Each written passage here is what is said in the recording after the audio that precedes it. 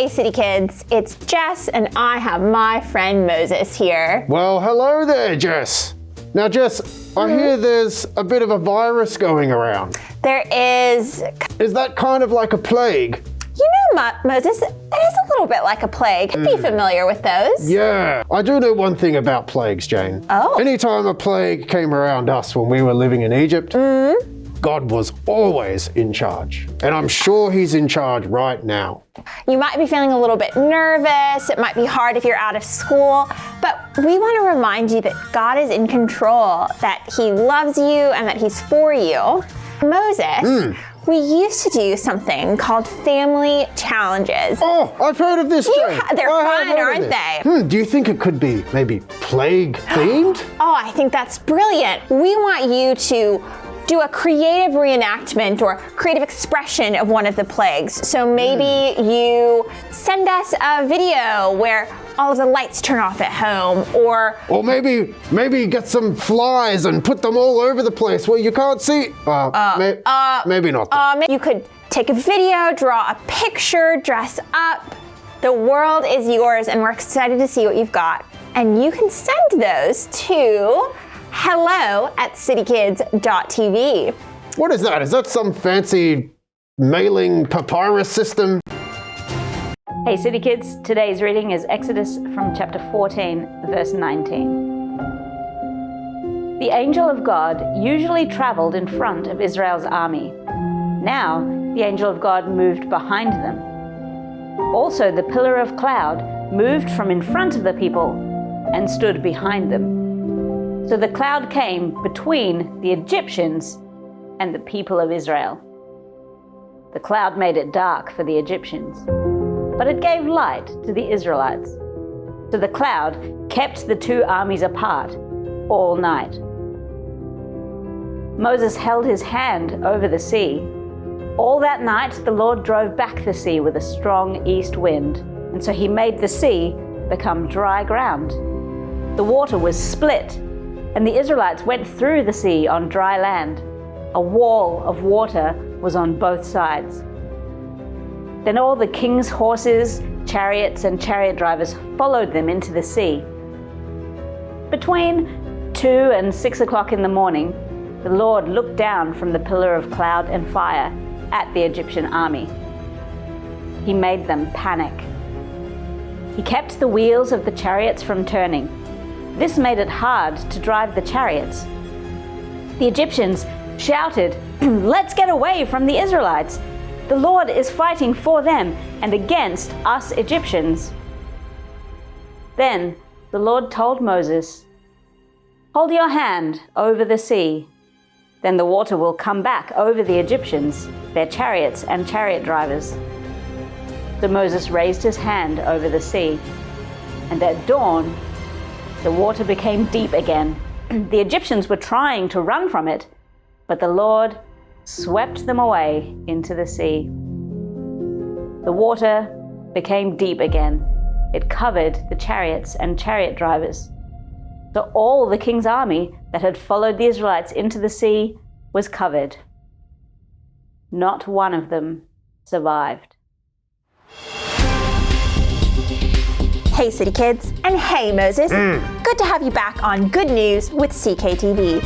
It's been quite an adventure for you, hasn't it? Oh, yes indeed, Jane. But now the plagues are finally over. Does that mean you can rest? Not quite, Jane. You see, after the Passover, the Lord led us out of Egypt. The journey was really only the beginning. But Moses, how did you know which way to go?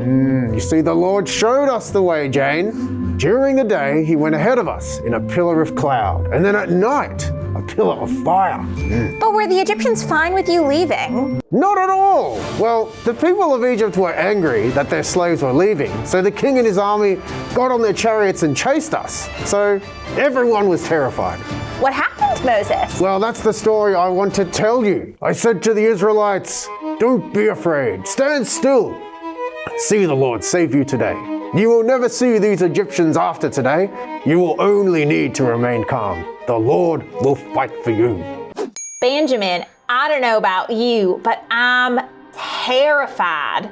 We don't even have anywhere to run, Joanna. Wait, Do you hear Moses talking? I can't quite make out what he's saying. I don't know, but he's just standing in front of the Red Sea. Where are we supposed to go? There's no way out. Benjamin, do you see that?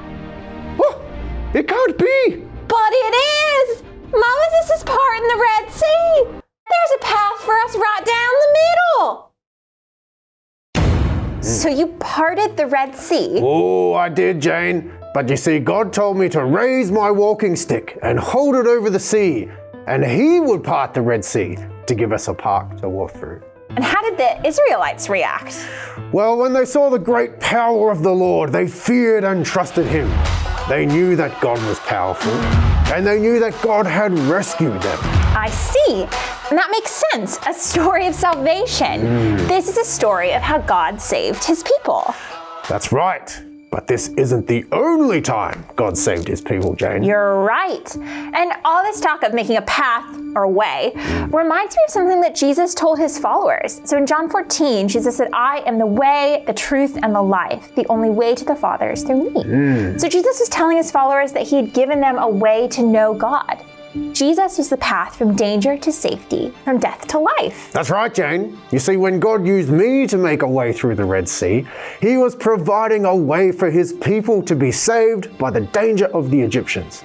But through Jesus, He's provided a way for us to be saved from the danger of sin and death. How amazing. The story of salvation you told us, where you parted the Red Sea and the Israelites were rescued from the Egyptians, it points us towards the greatest story of salvation, where Jesus rescued us from the weight of sin and death.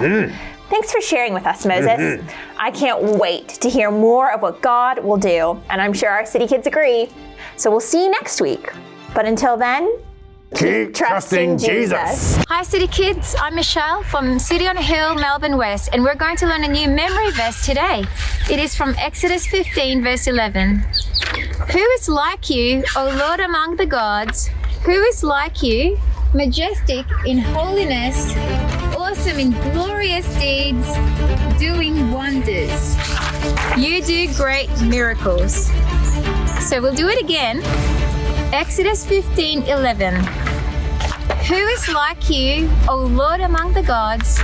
Who is like you, majestic in holiness, awesome in glorious deeds, doing wonders? You do great miracles. And for the very last time, we're going to do it super fast, okay? Exodus 15:11. Who is like you, O Lord among the gods? Who is like you, majestic in holiness, awesome in glorious deeds, doing wonders? You do great miracles. Have a great day, City Kids. See you.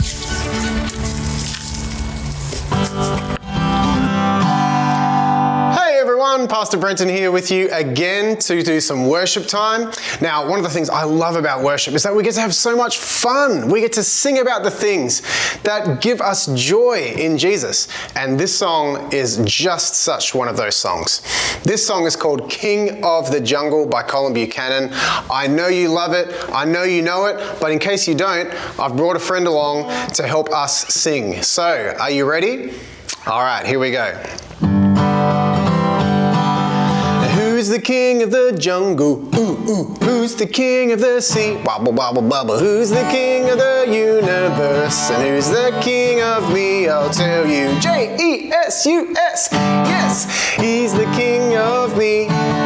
He's the king of the universe, the jungle and the sea. Now, Jesus isn't just the king of the universe and the jungle. He's the king of lots of other animals too, I think. How about the elephant? You like elephants? I like elephants. Let's sing about that. Who's the king of the elephant? Who's the king of the sea? Bubble, bubble, bubble. Who's the king of the universe? And who's the king of me? I'll tell you. J-E-S-U-S. Yes, he's the king of me. He's the king of the universe, the elephant and the sea. How about the tiger? Yeah, let's do the tiger. Ready? Who's the king of the tiger? Rah! Who's the king of the sea? Wubba, wubba, wubba. Who's the king of the universe? And who's the king of me? I'll tell you. J-E-S-U-S. Yes, he's the king of me. He's the king of the universe, the tiger and the sea. One more time, here we go. Who's the king of the jungle? Ooh, ooh. Who's the king of the sea? Wubba, wubba, wubba. Who's the king of the universe? And who's the king of me? I'll tell you. J-E-S-U-S. Yes, he's the king of me. He's the king of the universe. He's the king of the elephant. He's the king of the tiger. He's the king of you and me.